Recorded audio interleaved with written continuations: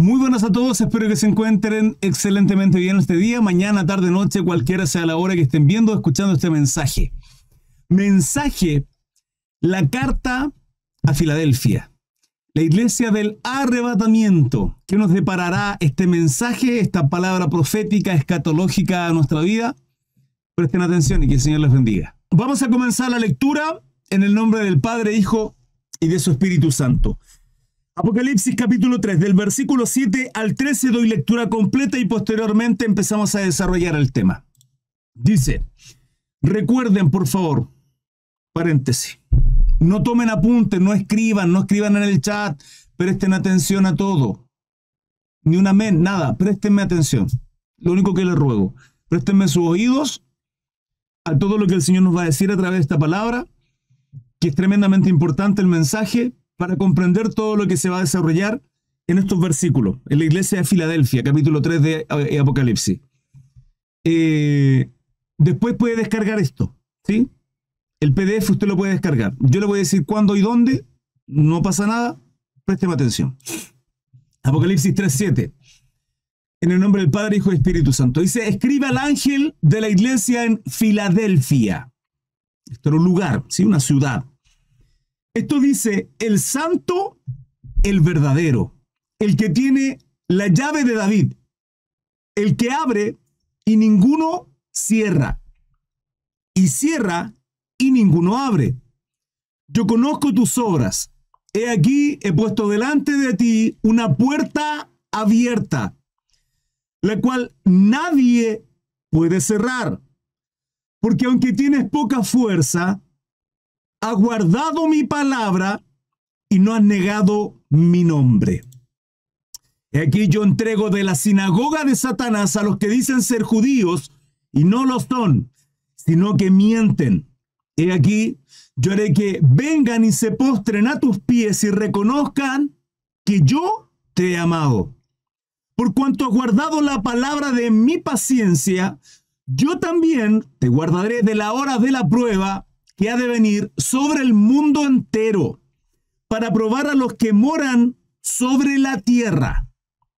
He aquí, yo vengo pronto.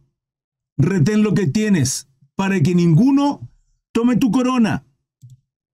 Al que venciere, yo le haré columna en el templo de mi Dios, y nunca más saldrá de allí. Y escribiré sobre él el nombre de mi Dios, y el nombre de la ciudad de mi Dios, la nueva Jerusalén. Aquí hace referencia a Apocalipsis 19, la cual desciende del cielo de mi Dios y mi nombre nuevo. 13, y finalizo, el que tiene oído, oiga lo que el Espíritu dice a las iglesias. Padre, damos gracias por tu palabra en esta hora. Señor, la santificamos, pedimos su revelación. Gracias, Señor, por su amor y su bondad. En el nombre de Jesús. Amén. Ok, hermanos amados, como es habitual, creo que no cambié pantalla por acá por YouTube. Pero bueno, en fin. Les pido perdón, hermanos, en YouTube. En fin, Filadelfia. Voy a hacer una breve introducción de lo que era Filadelfia, de lo que era esta ciudad, para comprender por qué el Señor se refiere, se presenta y habla lo que habla, como es habitual en cada una de las cartas anteriores. Recordemos que el Señor, cada vez que se presentaba de una diferente manera, las promesas que tenía, los regaños que le hacía, era principalmente bajo el contexto en el cual la iglesia se encontraba en una ciudad determinada. Desde el capítulo 2, Éfeso, Esmirna, Pérgamo, Tiatira, Sardis y en esta ocasión, Filadelfia. Contextualicemos un poco esto.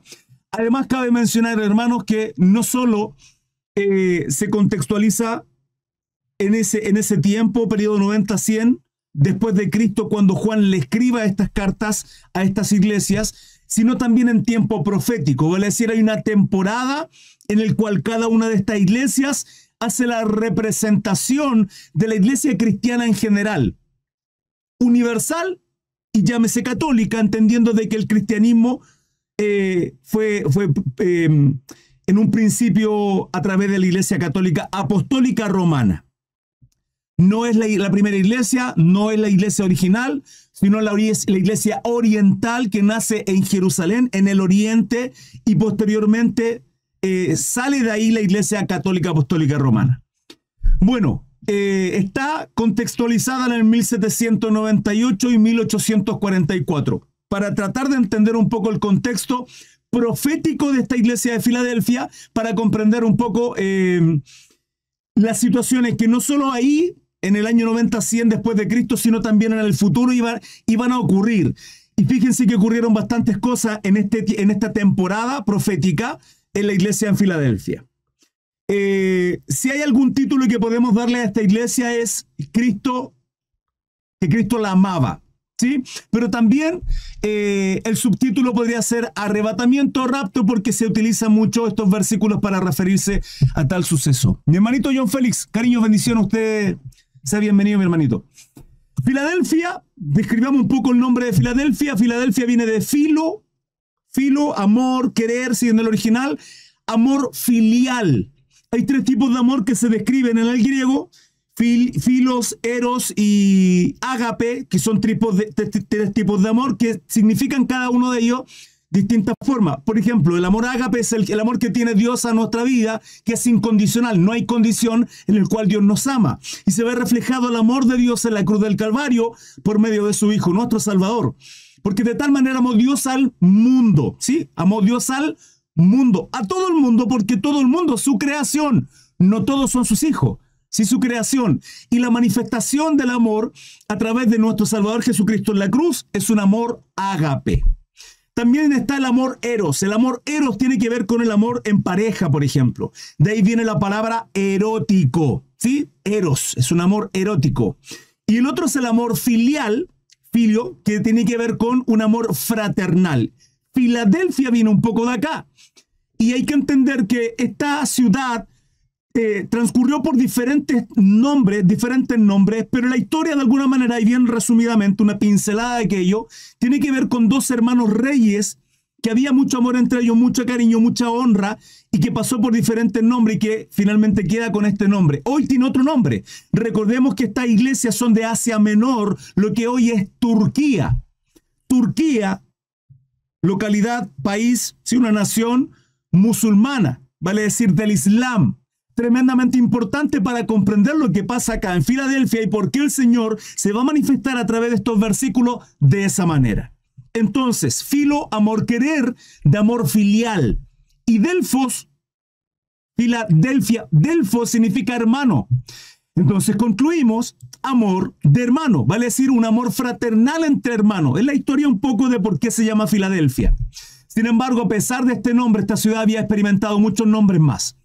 Por cada colonización o cambio de gobierno que venía, había un cambio de nombre y además diferentes catástrofes, y entre ellas, presta atención, a la erupción de un volcán, una lava que cubrió su tierra y que hizo que surgiera lo que se supone que pudiese parecer malo.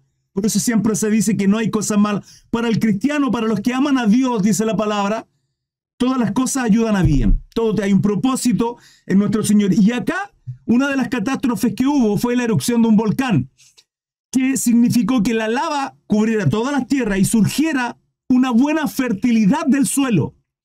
Bueno para la cosecha, el área de la agricultura y precisamente para el cultivo, la cosecha de uvas y por consecuencia vino.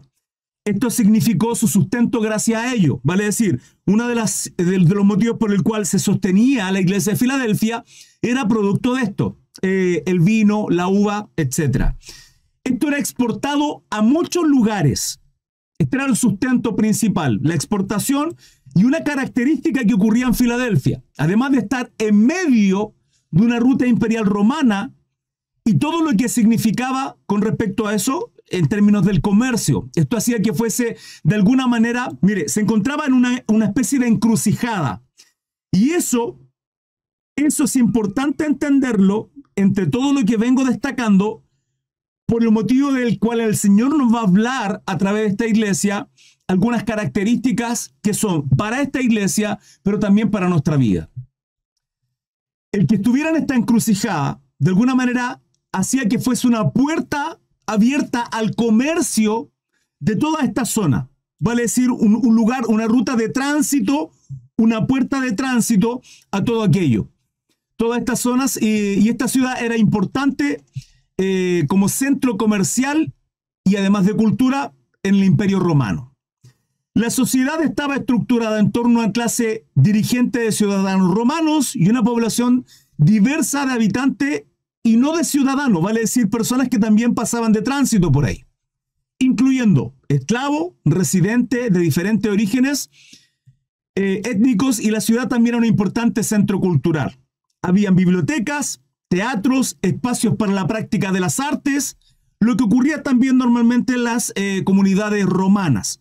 Se sabe que de ahí viene el circo romano y todo lo que eso significa. El deporte de los griegos, etc., etc., etc. En este contexto, la presencia cristiana comenzaba a surgir en todo este contexto que le acabo de mencionar, aunque una minoría significativa. La iglesia de Filadelfia podría haber experimentado desafíos y oportunidades en medio de este entorno religioso, cultural y político bastante diverso. Hoy por hoy, a pesar de no haber más que ruinas en lo que es Filadelfia, solo quedan, y usted la puede buscar, no ahora por favor, hágalo posteriormente, 2 columnas de lo que en algún momento fue la iglesia de Filadelfia, y hoy por hoy es un lugar turístico. Usted va a Asia Menor, a Filadelfia, no recuerdo el nombre, lo sabía, se me olvidó, el nombre que hoy día tiene, no se llama Filadelfia hoy por hoy, y hay 2 columnas tremendamente grandes que están rotas en la parte superior porque ya son ruinas, pero lo que queda de todo esto son 2 columnas tremendamente grandes, ¿sí? Anchas. Usted las puede buscar, es más, hay fotografías de aquello en Google. Ok, comenzamos nuevamente a desarrollar la lectura de cada uno de estos versículos y el por qué el Señor, luego de esta introducción, nos habla de esta manera, se refiere a Filadelfia con cada una de estas palabras. Dice, escribe al ángel de la iglesia en Filadelfia. El ángel es el pastor líder de la congregación, mencionado anteriormente, lo hemos dicho, esto viene desde el capítulo 1, el ángel es el pastor, el líder. Ángel significa mensajero, pero a la vez de ser el mensajero, también se representa como las estrellas en la diestra de nuestro Señor Jesucristo, así lo describió en el capítulo 1. Esto significa que son los mensajeros, quienes predican, quienes lideran, quienes exhortan, quienes pastorean la iglesia. Y cada una de estas cartas, en este caso, es el Señor enviándole este mensaje al ángel para la iglesia en Filadelfia. Esto dice el santo, el verdadero, dice el versículo número 1. Acá nuestro Señor se presenta como el autor de la santidad y la verdad. ¿Quién está escribiendo esta carta? Esto dice el santo, el verdadero. Es extraño que el Señor se nos presente de esta manera, puesto que no es común en nuestro Señor que se presente de esta forma. Hay un motivo ciertamente del por qué el Señor se presenta de esta manera. Lo vamos a ir viendo poco a poco. Comprendiendo el conocimiento que habían adquirido los miembros de esta iglesia, Cristo les llama a santidad y de alguna manera hace alusión a la vid verdadera, la cual está en Juan capítulo 15. Ya vamos a ver el por qué. Santo y verdadero. El Señor cuando dice, esto dice el santo y el verdadero, es porque está llamando a la santidad a esta iglesia. Por eso era importante entender el contexto de lo que estaba ocurriendo en esta iglesia en Filadelfia, el contexto cultural, todo lo que significaba en aquel entonces el teatro, los coliseos, el deporte, la herejía, la idolatría. En un entorno multicultural se estaba desarrollando el cristianismo. Y el Señor le dice, esto dice el santo, el verdadero. Cuando hablo de santidad, hace referencia de alguna manera a la vid verdadera. Mire, el versículo 15 en Juan 15 dice, yo soy la vid verdadera y mi padre es el labrador. Esta iglesia sabía y conocía, hermano, las enseñanzas apostólicas. Era una iglesia que venía comenzando, hablamos de la iglesia primitiva, de la iglesia del 90, 100 después de Cristo, a la cual Juan le envía esta carta. Pero también le habla a la iglesia profética, ¿sí? Del 1700, 1800. A esa iglesia. Filadelfia, del 1700, 1800, es una iglesia cristiana que está pasando por situaciones en las cuales el Señor les dice, el santo, el verdadero te habla. Mire, entendiendo el contexto de esta ciudad ya antes mencionada y su relación con la vid, hermano Cris, ¿qué es la vid? Recuerden que la vid son parrones que tienen uvas. La diferencia de un parrón y una vid es que el parrón tiene ramas que se extienden por todos lados. Normalmente los parrones, cuando uno los planta en casa, deja que crezcan. Uno hace una especie de techito, así, un altillo, y las ramas crecen, nos genera sombra, ¿sí? Para tomar un tecito en las tardes, por el calor, etc. La vid no. La vid es distinta. El Señor dice en el capítulo 15, yo soy la vid verdadera. Además dice que aquellos pámpanos que no estén en él no llevan fruto. La vid es un parrón, pero no creciendo silvestremente, sino que su proceso de crecimiento va controlado. Una vid se va poco a poco podando para que sus ramas no se vayan para todos lados, sino que quede pachachito, chiquitito. ¿Qué se logra con esto en una vid, hermanos? Se logra que la canalización de los nutrientes vaya hacia el fruto y no pierda fuerza en su crecimiento, sino que las ramas que crezcan sean lo suficiente para sostener todos los racimos de uva y hacer una buena cosecha. Esto precisamente en aquel entonces, Filadelfia lo sabía perfectamente. Sabía cuando el Señor se presenta como yo soy el santo, el verdadero, ¿sí? Que hace alusión a la vid verdadera, se entiende de que tiene que ver con todo aquello. Ahora, es importante conocer este concepto de la vid verdadera para seguir desarrollando esta carta y lo seguiremos viendo. Luego en este capítulo 3, versículo 7 dice, el que tiene la llave de David. Hermano Cris, ¿qué significa eso? ¿Qué significa que el Señor tiene la llave de David? Isaías 22, 22 dice, y pondré la llave de la casa de David sobre su hombro, y abrirá, y nadie cerrará, y cerrará, y nadie abrirá. Es claro que quien posee la llave tiene una autoridad. Es lógico. Lo increíble es que en esta zona de Asia, Filadelfia, posteriormente fue invadida por el Islam siglos más tarde. Lo que les mencionaba anteriormente, hoy por hoy, Turquía, que es Asia Menor, es un país donde predomina el Islam, el musulmán. Al contexto del primer siglo en que se redactó esta carta, de posterior a ello, ¿sí? Se empezaron a introducir todo este tipo de religiones posteriormente, contrarias lógicamente al cristianismo. Muchas ciudades entraron en esta religión. Sin embargo, la iglesia de Filadelfia permaneció fiel. A pesar de que empezó el Islam a llegar a esos lugares, otras religiones, otro paganismo, otra idolatría, otros dioses, la iglesia de Filadelfia seguía manteniéndose firme, fiel, porque Cristo les da esa seguridad al presentarse así, de esa manera. Cuando dice el que tiene la llave de David, luego dice el que abre y ninguno cierra, y cierra y ninguno abre. Esto hace referencia al seudónimo o al nombre, de alguna manera, que tenía en aquel entonces esta ciudad. A esta ciudad de Filadelfia se le conocía como la ciudad de la puerta abierta. Básicamente por eso, por el contexto de la encrucijada que había y el comercio que había en esta zona, o a través de Filadelfia, básicamente. Sin embargo, también nos da la confianza en aquel que tiene cubierta nuestra vida, nos asegura y que está todo bajo su voluntad. Si cuando el Señor dice, el que abre ninguno cierra, y cierra y ninguno abre, eso nos da la confianza de que cuando el propósito de Dios está por delante, hermano, su voluntad, su bendición está sobre nuestra vida, no hay quien pueda revocarla. Ahora la pregunta es, puerta abierta, ¿a qué se refiere? ¿A qué se referirá? ¿Entendemos lo que significa puerta abierta de alguna manera en términos comerciales? ¿Entendemos lo que significa contextualmente, bajo el contexto de lo que era el comercio en aquel entonces de esta ciudad? Pero cuando el Señor dice, el que tiene la llave de David, el que abre ninguno cierra, y cierra y ninguno abre, acá está hablando de puerta. Lo veremos más adelante, ¿Sí? Les dejo esa pregunta ahí en el tintero, donde la veremos más adelante y que tiene que ver también con los 7 sellos. Esto lo abordaremos cuando lleguemos al capítulo número 6. Y principalmente el siguiente, el 4. De hecho, se lo voy a mencionar, no se me va a olvidar, porque lo tengo súper presente. Versículo...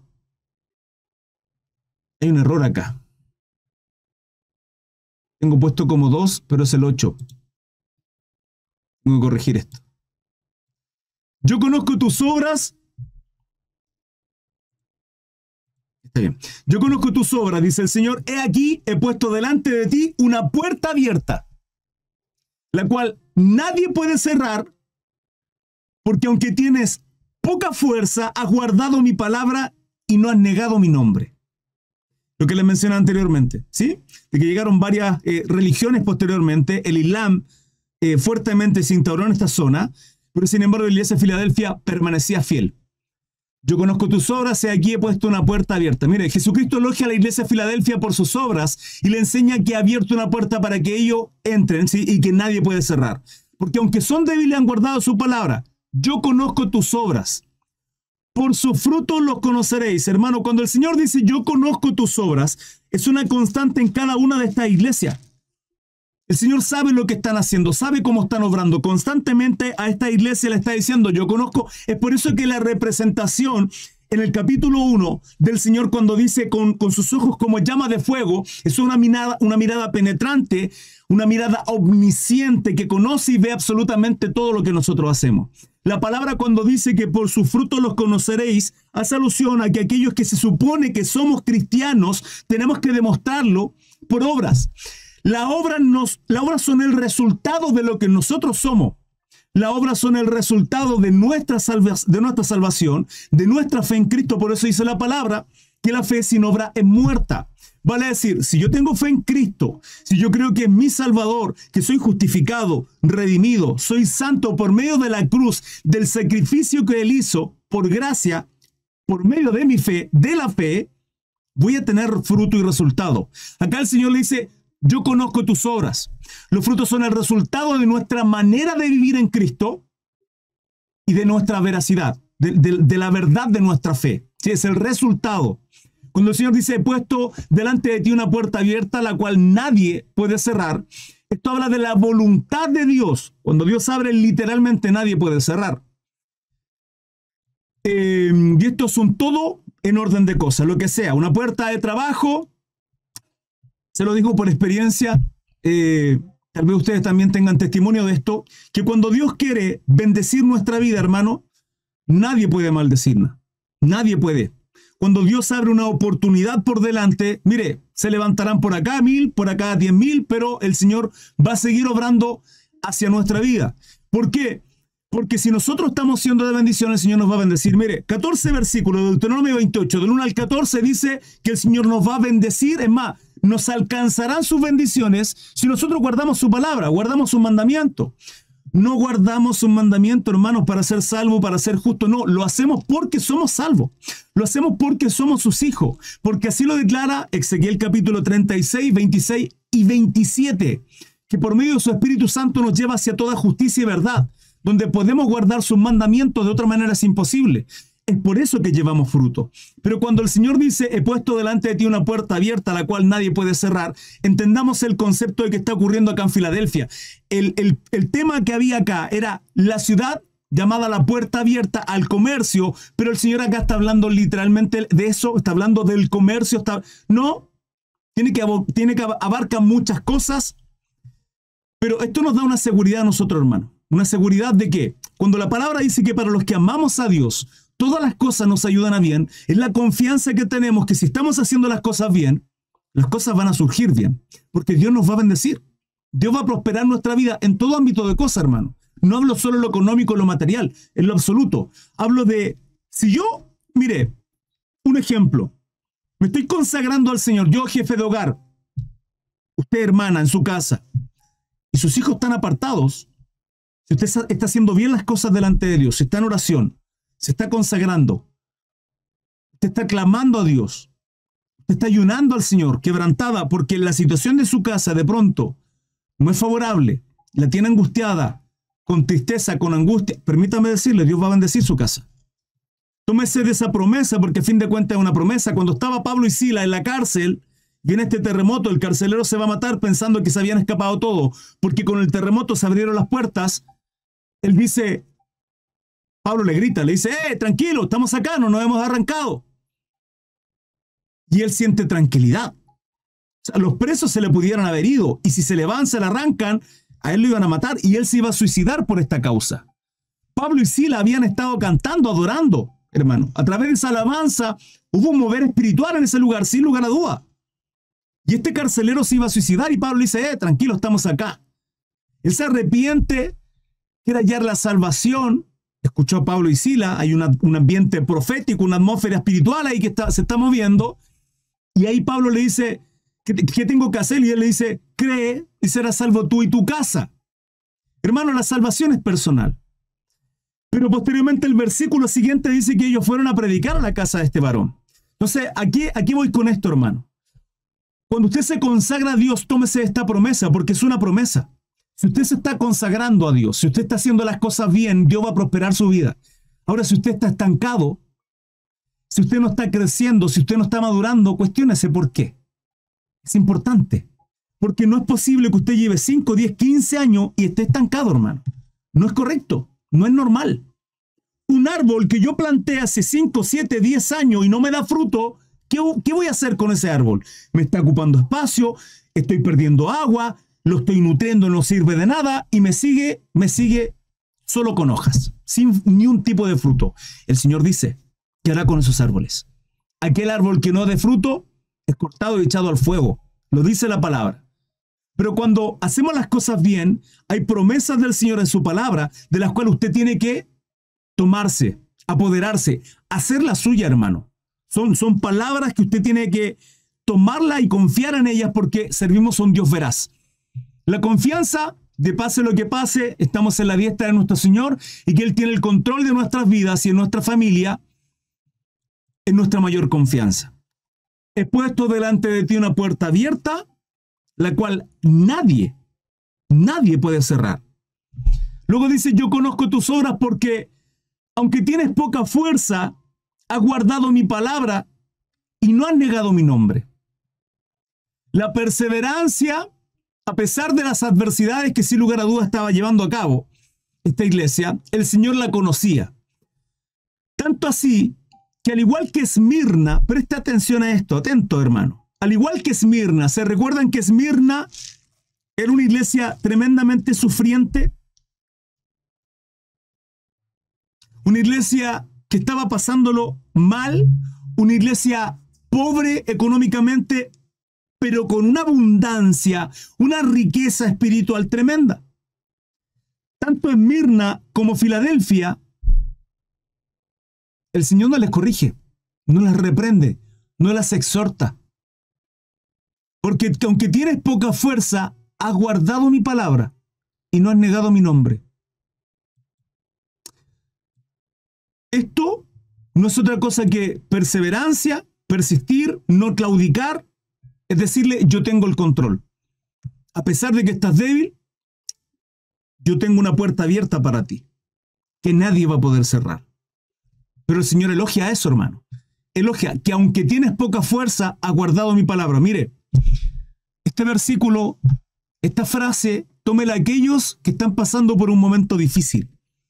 Un momento de angustia, un quebranto en sus casas, un quebranto en su matrimonio, problemas con sus hijos, problemas en lo económico, la pérdida de un trabajo, una enfermedad, cualquier tipo de situación que usted esté viviendo. Es un periodo de vida corto, hermano. Nuestra mirada no tiene que estar acá. Pero sé el dolor y el quebranto que tenemos de pronto cuando aquellos que amamos están lejos del Señor. Y el Señor te dice, persevera, resiste, no claudiques. Yo tengo el control, he puesto una puerta abierta delante de ti. Versículo 9, dice, he aquí, yo entrego de la sinagoga de Satanás a los que dicen ser judíos y no lo son, sino que mienten. He aquí, yo haré que vengan y se postren a tus pies y reconozcan que yo te he amado. Jesucristo promete a aquellos que se hacen pasar por judíos, pero son mentirosos. Les dice que serán humillados, quebrantados. A pesar de todo esto, el Señor les llama, consecuente a esto, más bien dicho, sinagoga de Satanás. Imagínense lo terrible que es esto, hermano. Esto no es nuevo. Nuestro Señor Jesucristo, como les decía a los fariseos, Mateo 23 les dice: serpientes, generación de víbora, hipócrita, mentirosos. Estos judíos que decían amar a Dios, que se sentían elocuentes, siervos de Dios porque cumplían con la ley, hipócritas, les decía constantemente el capítulo 23 de Mateo, constantemente el Señor los trata de hipócritas. A eso se refiere con sinagoga de Satanás. Decían amar al Señor, pero su corazón estaba completa y absolutamente lejos de ellos, completamente lejos de lo que significaban ser verdaderos creyentes. Dicen ser judíos y no lo son, sino que mienten, dice el versículo. Por este motivo el Señor se presenta a la iglesia de esta manera: el verdadero. Cuando el Señor le dice en estos versículos, el santo, el verdadero, es el motivo del por qué el Señor se presenta así. Porque habían algunos que eran mentirosos. Es interesante esta situación porque escatológicamente hablando, no tan solo profético, que abordamos el tiempo profético en el cual se representa esta iglesia de Filadelfia, 1700, 1800, en términos escatológicos, que esta iglesia de alguna manera tiene que ver con el arrebatamiento. Cuando el Señor dice el santo, el verdadero, no hace referencia a lo que está escrito y que vamos a seguir abordando más adelante, principalmente en los sellos, capítulo 6 de Apocalipsis, lo que ya hemos abordado en Mateo 24. En Mateo 24, desde el versículo 3 al 8, el Señor dice: oirán de guerra, rumores de guerra, se levantará nación contra nación, habrá hambre, pestilencia. Dice: y vendrán muchos en mi nombre. Ese periodo del cual está hablando Mateo 24 es un periodo de principio de dolores entrando a tribulación, que comienza en el versículo 9. Estoy hablando de Mateo 24. Periodo en el cual está esta iglesia aquí, a las puertas, y que el Señor dice: aquí tengo una puerta abierta delante de ti. No sé si me van entendiendo. Lo que simboliza esta iglesia en términos escatológicos es que es la iglesia del arrebatamiento. Es la iglesia que, a pesar de que es tan débil, a pesar de todo este contexto, a pesar del sufrimiento, del padecimiento que lo va a vivir la iglesia y que tiene que pasar por la tribulación, porque así lo hemos estudiado constantemente, Mateo 24, Segunda Tesalonicense, capítulo, lo seguiremos abordando en el libro de Apocalipsis. Es una iglesia que tiene la puerta abierta y que el Señor dice: he puesto una puerta abierta y que nadie podrá cerrar. Nadie puede cerrar. Cuando el Señor dice: he aquí el santo, el verdadero, es porque había una sinagoga de Satanás, de algunos que se creían ser judíos y no lo eran. Porque no son judíos aquellos que nacen de un linaje biológico de las 12 tribus. Hoy día a la iglesia se le llama la Israel espiritual de alguna manera, porque somos adoptados por nuestro Señor Jesucristo. A los suyos vino y los suyos no la recibieron. Juan 1, capítulo 1, versículo 11-12. Mas a los que le recibieron, a los que creen en su nombre, nos da la potestad de ser hechos hijos de Dios. Somos la Israel espiritual, hermano, aquellos que somos gentiles. Digo, aquellos que somos gentiles, viene entre comillas, lo digo porque muchos de nosotros, tal vez sin saberlo, comprendiendo que hay 10 tribus que están dispersas por todo el mundo, 10 tribus de las 12 de Israel, 10 están dispersas. Tal vez usted tiene linaje israelita, hebreo, y no tiene la menor idea. Se hace y se presenta como el santo, el verdadero, porque había gente falsa. Como lo hay hoy, sin lugar a duda. Éfeso era reconocida por poner a prueba a los que se decían llamar apóstoles. ¿Se acuerdan que esto lo vimos en los primeros, en la primera iglesia? Yo conozco tu obra y tu arduo trabajo y paciencia, y que no puedes soportar a los malos, y has probado a los que dicen ser apóstoles y no lo son, y los has hallado mentirosos. Una iglesia que tenía obra, que había fruto, pero había perdido el primer amor. O sea, lo que hacía, básicamente lo hacía como... Tiene un nombre eso, se me fue. Era constante en lo que hacía. No lo hacía por pasión, sino por amor. Esto era Éfeso. Dice que se hacía aprobar por costumbre. Muy bien, gracias hermanos. Éfeso era conocida por poner a prueba a los que se decían llamar apóstoles y no lo eran. Acá vemos como algunos se hacían llamar judíos y tampoco lo eran. Como al día de hoy también abundan falsos creyentes y falsas iglesias también. Es una realidad al día de hoy. Y el Señor en este versículo dice, y reconozcan que yo te he amado. Cuando ocurra, presta atención a esto, estoy hablando de escatología ahora. Cuando ocurra el arrebatamiento de la iglesia, y esto va a repercutir en el capítulo 7 principalmente, y que después va a resonar en el capítulo 14, y por consecuencia vamos a abordarlo profundamente en el capítulo 19 de Apocalipsis. ¿Por qué? Pregunto, ¿a cuántos de nosotros, hermanos, nos han rechazado cuando hablamos de Cristo? ¿A cuántos de nosotros nos han rechazado predicar el Evangelio? Nuestros, se supone que amigos, familiares, personas que deseaban lo mejor para nosotros cuando estábamos mal, pero hoy día estamos en Cristo, estamos maravillosamente bien y se han alejado porque tenemos a Cristo y la luz que hay en nosotros le molesta a los demonios. Esto es lo que ocurre. Se supone que Cristo viene a poner paz. No, hermano, no dice eso la palabra. Él viene a poner espada, dice la palabra. Disensión. Y reconozcan que yo te he amado. ¿Sabe cuando toda esa gente que nos rechazó, y principalmente porque la gran tribulación es al pueblo israelita, a los judíos principalmente, no solo a ellos, sino a todos los que han rechazado también, pero principalmente para quebrantar el corazón de aquellos que han rechazado, estos judíos que han rechazado a Cristo, el Señor dice, y reconozcan que yo te he amado. Está hablándole a su iglesia. Está hablándole a una iglesia que está débil, que el Señor reconoce sus obras, no le reprocha nada,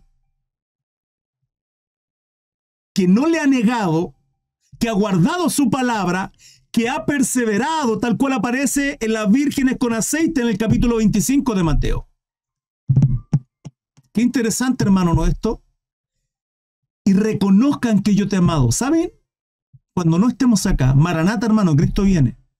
Cuando seamos tomados, arrebatados, muchos se darán cuenta que todo lo que dijimos y todo lo que predicamos era verdad y reconocerán al Dios verdadero.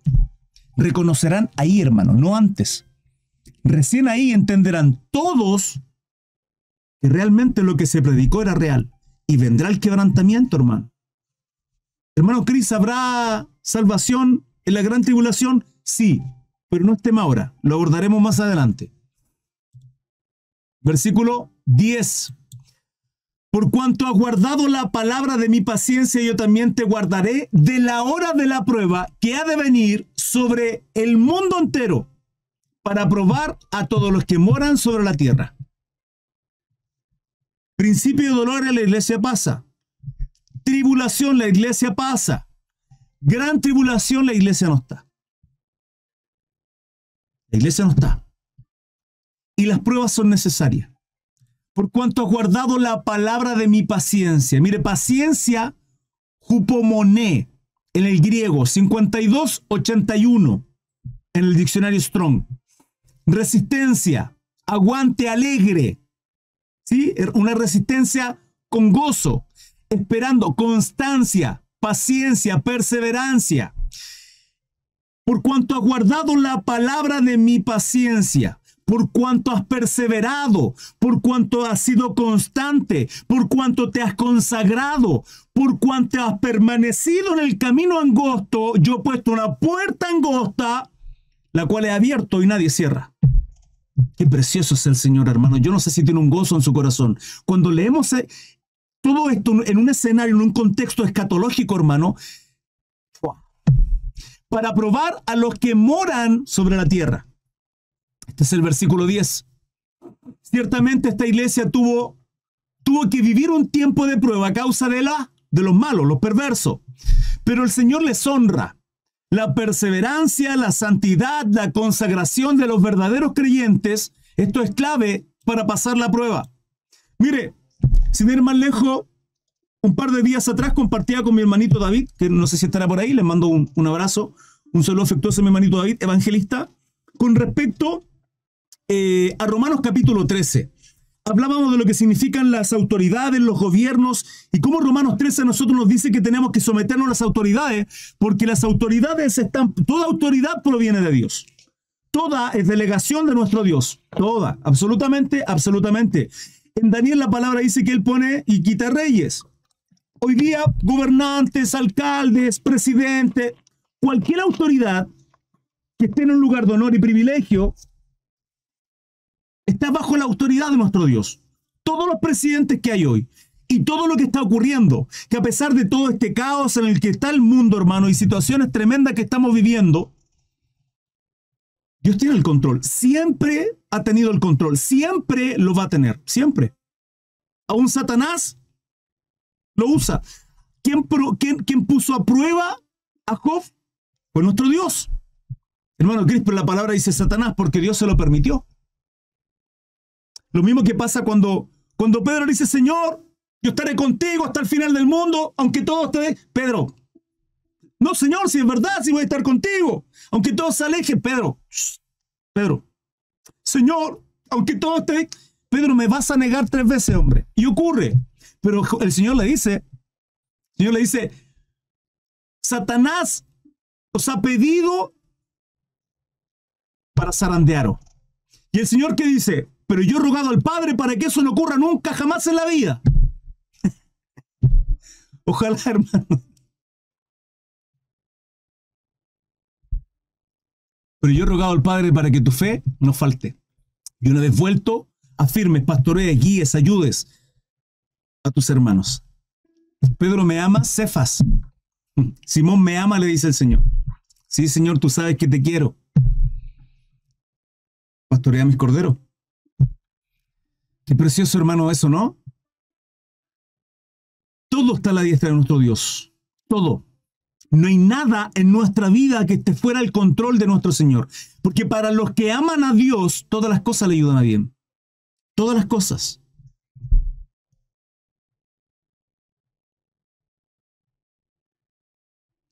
Esa es la prueba donde se verá realmente quién es hijo verdadero de Dios. Reitero, esa es la prueba. Es necesario este principio de dolores. Es necesaria la tribulación para ver realmente quién es hijo de Dios. Mira lo que viene el siguiente, versículo 11. He aquí, yo vengo pronto. Puerta abierta. He aquí, yo vengo pronto. Retén lo que tienes, le alienta al Señor a seguir perseverando, a seguir manteniéndose firme. Retén lo que tienes para que ninguno tome tu corona. Jesucristo anuncia su pronta venida y exhorta a la iglesia de Filadelfia a retener lo que tienen y que nadie se lo arrebate. Mire, es interesante esto porque en Mateo 24:13 dice, mas el que persevere hasta el fin, este será salvo. ¿Qué tiene que hacer? Perseverar. Éfeso, al que venciere le daré de comer del árbol de la vida. ¿A quién? Al que venciere. Muy bien. Esmirna, al que venciere no sufrirá daño de la segunda muerte. ¿A quién? Muy bien, al que venciere. Tiatira, no miento. Pérgamo, al que venciere daré de comer del maná escondido y le daré una piedrecita. ¿A quién? Muy bien, al que venciere. ¿Y el que no venza? Es más. Bueno, Tiatira le dice lo mismo, a Sardis le dice lo mismo. Mateo 24:13, más el que persevera hasta el fin, este será salvo. Este periodo atentos a esto, porque este periodo hace alusión a la tribulación, al tiempo de prueba. Tiempo de prueba por el cual va a pasar la iglesia. Recordemos que Mateo 24 está separado de alguna manera, o al menos yo lo separo en 3 periodos, ¿sí? que son claros. 1 y 2 habla del templo, del 3 al 8, tiempo de dolores de parto, principio de dolores. Del 9 al 21, estoy hablando de Mateo 24, tribulación. Al 20, perdón. Y del 21 al 28, gran tribulación. Por lo tanto, si del 9 al 20, y este es Mateo 24, 13, está dentro del periodo de tribulación y dice, mas el que persevere hasta el fin, este será salvo. Este periodo está haciendo alusión a la tribulación, hermano. Este es el periodo de prueba al cual está haciendo de alguna manera profético o escatológico esta iglesia en Filadelfia. Por otro lado, Esmirna también era una iglesia sufrida, probada, y a esta también el Señor le habla de una corona. Fíjense que tanto a Filadelfia, he aquí yo vengo pronto, retén lo que tienes para que ninguno tome tu corona. A Esmirna también lo dice lo mismo en el versículo 10, no temas en nada de lo que vas a padecer, he aquí el diablo acechará a alguno de vosotros en la cárcel. ¿Cómo cuadra esto, hermano, de una manera increíble? No sé si se dan cuenta.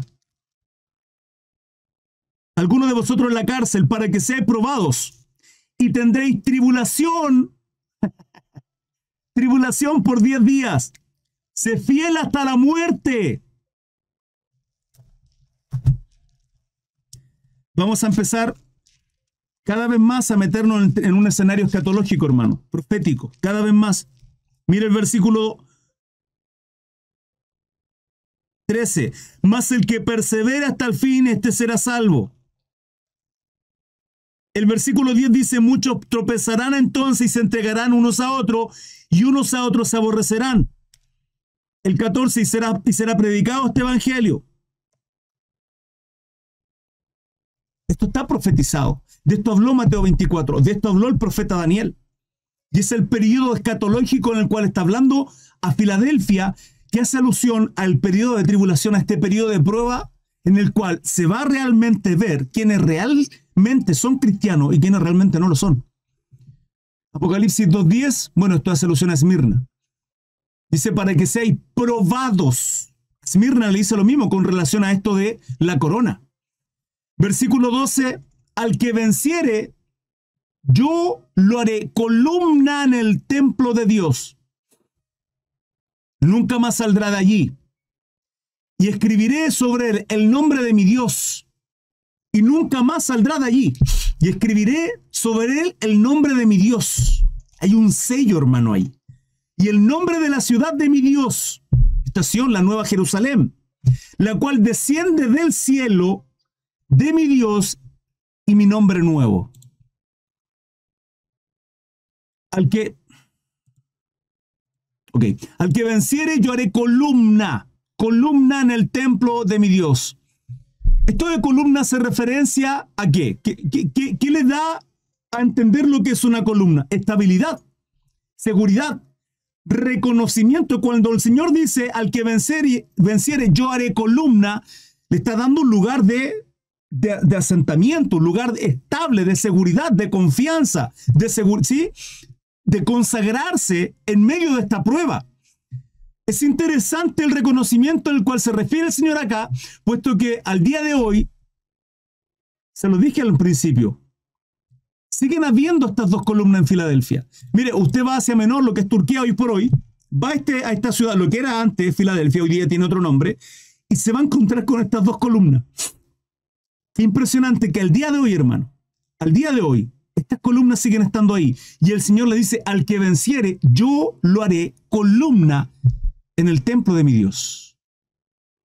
Mire, ahora, ¿qué significan estas columnas? Seguridad, estabilidad, confianza, un lugar de honra. Mire lo que dice Gálatas 2.9. Gálatas 2.9 dice, y reconociendo a la gracia que me había sido dada, este es Pablo hablando, Jacobo, Cefas y Juan, Santiago, Pedro y Juan, que eran considerados como columnas, nos dieron a mí y a Bernabé, apóstoles, la diestra en señal de compañerismo para que nosotros fuésemos a los gentiles y ellos a la circuncisión. Pablo está diciendo que le dieron la diestra, le dieron el apoyo, le dieron el favor de decirle, ok, Bernabé, Pablo, ustedes vayan a los gentiles y nosotros seguiremos con los judíos. Gálatas 2:9, columnas, dice el Señor. Y escribiré sobre él el nombre de mi Dios y el nombre de la ciudad de mi Dios. Estoy leyendo Apocalipsis 3:12, perdón. El nombre es tremendamente importante, puesto que tiene que ver con el carácter, con la identidad de cada persona, ciudad en este caso. Por lo que el Señor nos promete en esta ocasión un nombre santo, un nombre que nos va a entregar una identidad. El Señor se identifica con su pueblo como nosotros con nuestro Señor. ¿Sabe? Para el pueblo hebreo, para los hebreos es tremendamente importante el tema de los nombres. El nombre a nosotros nos da la identidad. Los nombres en el pueblo hebreo no es por nada. Cada uno de ellos y cada nombre tiene una definición y el por qué lo tienen.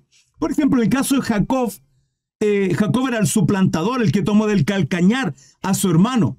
Pero posteriormente se le cambia el nombre a Israel. En el caso de Saulo, el grande, Pablo, pequeño. En el caso de Abraham, a Abraham. En el caso de Sarai, a Sara.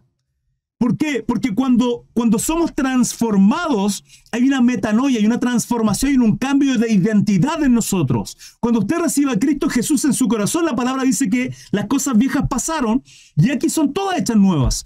Todas hechas nuevas, hermano, es porque hay una identidad nueva en nosotros. Y el Señor nos promete, dice, y escribiré sobre él el nombre de mi Dios. Es un sello. Y el nombre de la ciudad de mi Dios. Fue Adán, quien le dio la identidad a cada uno de los animales al ponerle el nombre. Y el Señor dice que acá tendremos una identidad a través de este nombre. Bendito sea el Señor, hermano. Versículo 13. El que tiene oído, oiga lo que el Espíritu dice a la iglesia. Hermano, usted puede leer esto como un libro. Usted lo puede leer simplemente para su conocimiento. Usted lo puede leer para alardear, incluso, como Pablo le decía a los filipenses, algunos predican por amor de Cristo, pero otros por añadir aflicción a mis prisiones, por soberbia, por obstinación. ¿Qué es lo que yo deseo, hermano? ¿Cuál es el mensaje que el Señor a través de esta iglesia de Filadelfia nos quiere hacer entender? Persevere, guarde, persista, manténgase en el camino. El camino es angosto, hermano, pero al final también hay una puerta. Y hay que cruzar esa puerta, que aunque es angosta, el Señor dice, he aquí yo pongo delante de ti una puerta angosta, pero puerta a fin de cuentas. Y aunque todos quieran cerrar, yo la abierto, y lo que yo abro, nadie puede cerrar. Qué tremendo mensaje, hermano, para esta iglesia Filadelfia, que sin lugar a duda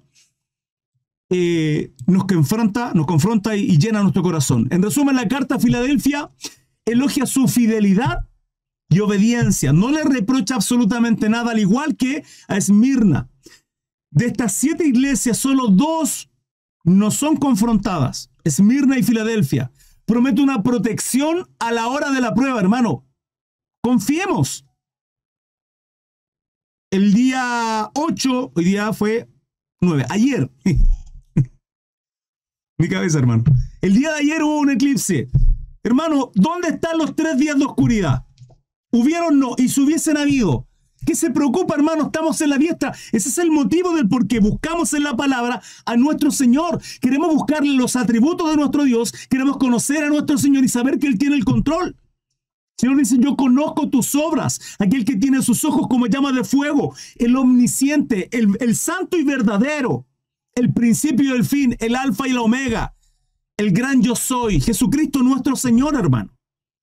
Él elogia a esta iglesia por su perseverancia, por su obediencia.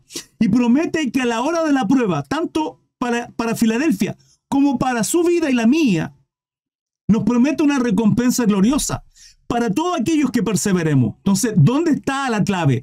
Perseverar, aceite en nuestras lámparas, hermano. Jesucristo les asegura su amor y les exhorta a mantenerse fieles mientras esperan su pronta venida. Maranata, Cristo viene, iglesia. Mientras, ¿qué hacemos? Perseveramos. Hermano, ¿qué es cuándo vendrá? No lo sé, nadie sabe el día ni la hora. Ya hemos visto algunos contextos. Pero fíjese, y quiero aquí hacer un retroceso a la iglesia profética. una iglesia profética de Filadelfia que tiene que ver con el periodo de 1700-1800. Mire, hasta esta altura, la imprenta ya se estaba llevando a cabo. De hecho, la creación de la imprenta me parece que es por el 1400, puedo estar equivocado. En el 1500 comienza la reforma, una reforma en que se le dice a la iglesia, a esta iglesia cristiana, o sea, Lutero jamás quiso dejar de ser católico, hermano, no era su intención dejar el catolicismo. El cristianismo se promulgó, se pregonó por todos lados gracias a la iglesia católica. Nuestros hermanos católicos, le duela, le molesta a quien le moleste. Hablo de aquellos cristianos católicos que aman a Dios, que tienen a Cristo en su corazón, sí, a eso me refiero. Verdaderos cristianos, porque hay falsos cristianos, tanto en la iglesia católica como en la iglesia cristiana y protestante. Hago el paréntesis. Lutero jamás quiso iniciar una reforma y que posteriormente continuó en muchas otras cosas más. Jamás él no quiso dejar de ser católico. El más, yo les mencionaba ayer que cuando comienza esta reforma, donde clava las 95 tesis en la catedral de Wittenberg, diciendo, están errados en esto y esto otro, la iglesia está mal. Una iglesia que ya había estado Jezabel con otras normas. Lo vimos en Tiatira. ¿Se da cuenta cómo proféticamente todas estas iglesias tienen que ver con el periodo histórico? Ahora, ¿qué ocurre en el 1700-1800? Como estaba la imprenta, ya se podía llegar con una Biblia, con la palabra de Dios impresa a muchos lugares.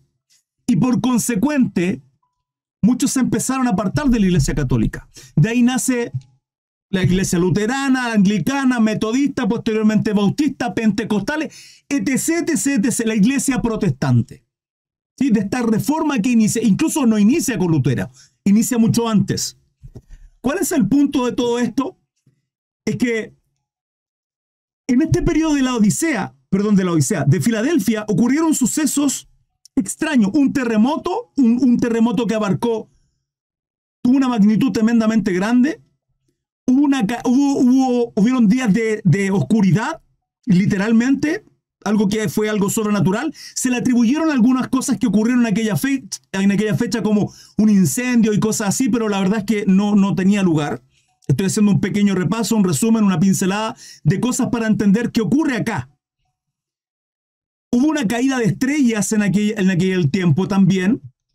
Sucesos que tuvieron que ver para que en aquel tiempo, en aquella temporada, muchos se apartaran de la iglesia, arrancando de lo que fue uno de los periodos oscuros del cristianismo, de la persecución de los cristianos por causa de la reforma, ¿sí? Y el protestantismo posteriormente, arrancando a muchos lugares. Y entre esos lugares, Norteamérica. ¿Sí? América ya se había empezado a colonizar, muchos llegaron a Estados Unidos, se empezó a propagar el cristianismo y se empezó a propagar con un mensaje de Cristo viene pronto, porque las señales que se estaban dando lugar ahí eran prácticamente los que estaban en la palabra. O sea, Maranata, hermano, estamos hablando de 1800.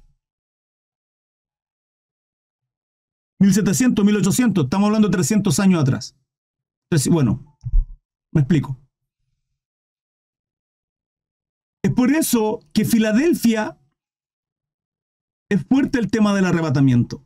Por eso se usa Filadelfia como ejemplo cuando se habla del rapto, mal llamado rapto, que en realidad es arrebatamiento. Y el mensaje a esta iglesia es: persevera, mantente firme, has guardado mi nombre, continúa en ese camino.